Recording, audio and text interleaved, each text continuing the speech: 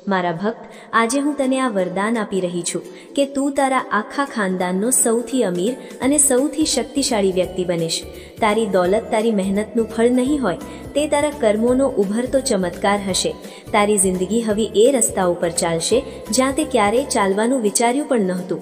એ દરવાજા જે હંમેશા બંધ હતા, હવે પોતાની જાતે ખુલશે। એ લોકો જે તને નજરઅંદાજ કરતા હતા, હવે તને ઓળખવા માટે લાઈનમાં ઊભા રહેશે। એ કિસ્મત જે હંમેશા તારાથી દૂરી બનાવીને રાખતી હતી, હવે તારી પાછળ ભાગશે। તારી દરેક યોજના સફળ થશે, તારી દરેક મહેનત ફળશે, તારી દરેક રૂકાવટ ઓગળી જશે। મારા ભક્ત, તું ઉઠી ચૂક્યો છે અને હવે તને રોકવાવાળું કોઈ નથી। તું વિચારે છે કે માં, મેં તો બહુ મોડું કામ શરૂ કર્યું, મારી પાસે તો કંઈ નથી। પણ હું તને જણાવી દઉં, સમયનો નિયમ માણસ પર લાગુ થાય છે, દેવી પર નહીં। જ્યારે હું કહું છું કે તારો સમય આવી ગયો, તો આખું બ્રહ્માંડ તારા સમયના હિસાબથી વળે છે। હવે જિંદગી તારા હિસાબથી ચાલશે। હવે વસ્તુઓ તારી ઈચ્છા મુજબ ઘટશે। હવે તને એ મળવાનું શરૂ થશે જેના માટે તે કઈ જન્મો સુધી રાહ જોઈ છે।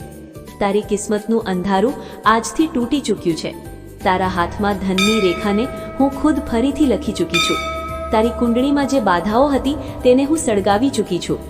જે કર્મ તારો રસ્તો રોકી રહ્યા હતા તેને હું કાપી ચૂકી છું। હવે તારી આગળ માત્ર રસ્તો છે, રોશની છે।